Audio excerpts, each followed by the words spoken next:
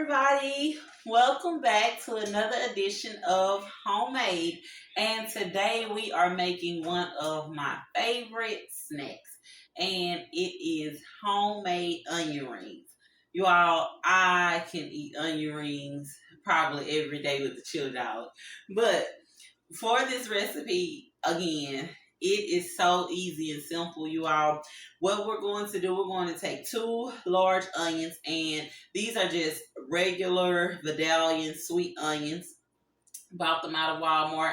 And what I'm going to do is I'm going to go ahead, peel these and cut these into rings. A little peel, a little white lining, should I say, that is inside of the onion. Now, for your breader to stick really well, you want to make sure that you remove that liner. So I'm going to cut this. And when you cut them, just try to cut them as evenly as you possibly can to create an entire ring. So,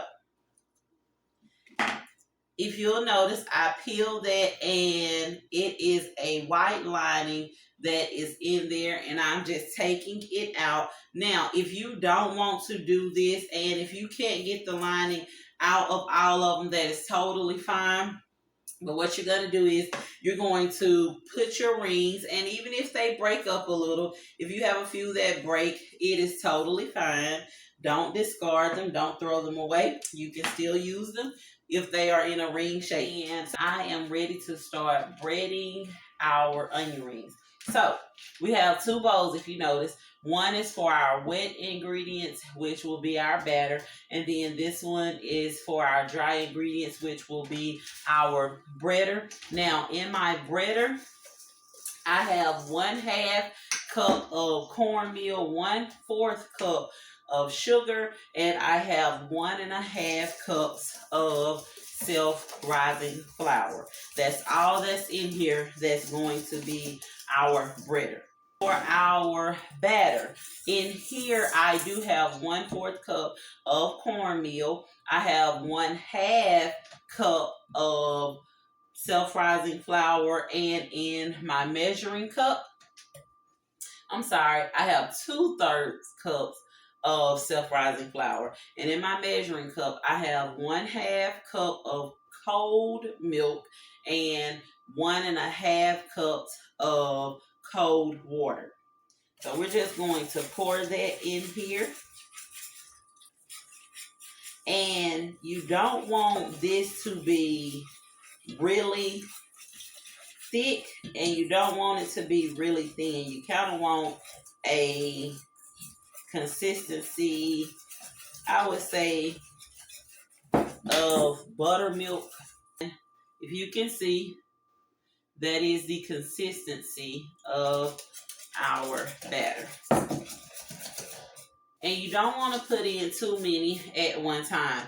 So I'll do like 4 of them into the batter, or actually you can put about 4 or 5 of them in there, and you just kind of want to mix them around. Make sure that your rings are coated really well.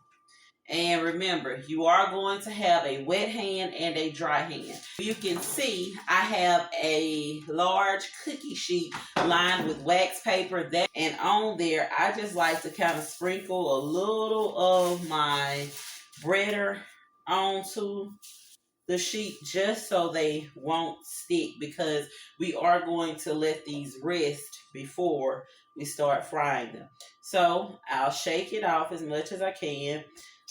Toss it in there. Now we are going to double dip these. So the way that I like to do it, you do have to double dip one at a time, because if not, you'll end up taking all of your breader off of your ring. So that's all I did. Dipped it one time, took it to the breader, took it back to the batter, shake it off, and you can see our ring is fully coated. And you do have to be really gentle with these, really, if you want your breader to stay on your ring. So I'm going to go ahead, finish these off. Let these rest for about 5 or 10 minutes. Now, I like to put mine in the refrigerator to rest. If you don't want to let them rest, if you want to take them straight to the grease, that is perfectly fine. I am putting them on to my sheet. The way that I'm putting them on, I'm not laying them on top of each other, but I'm kind of creating what looks like a little chain link. So you'll lay one and then kind of prop the other one up on it, and so forth and so forth. So I'm going to finish breading these and come back after they've rested. I already have my grease preheated on the stove. And we're going to start cooking our onion rings. And it only takes maybe about 3 minutes for these onion rings to cook, you all.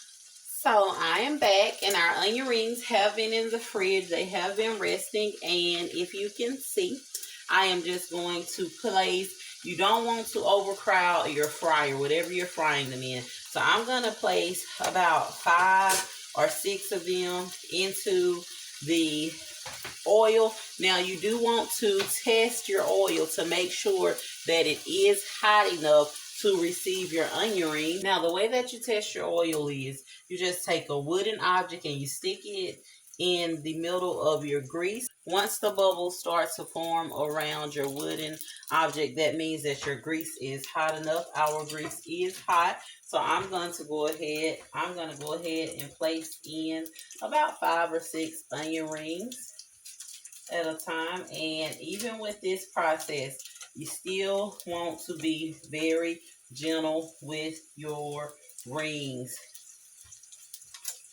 Now, these keep in the refrigerator for at least 48 hours. So if you don't cook your onion rings today or the day that you prepare them, that is totally fine. They keep in the refrigerator. I'm going to go ahead and let these cook until they're golden brown. Flip them over, and I'm going to set them on a wire rack that is on top of a cookie sheet that is lined. And I'm going to come back, taste these rings, and show you how awesome and easy this recipe was. So we are back. Our onion rings have fried. They are out of the grease, you all. And can you just see all of that gold crispiness? So I'm going to go ahead and sample one.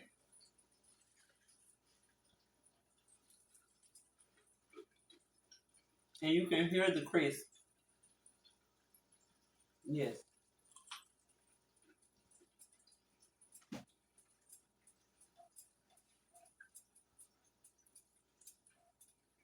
You got to try these. Make your own onion rings at home. They taste just as good as any fast food or just a restaurant, period. Mm-hmm. Mm-hmm. They are hot.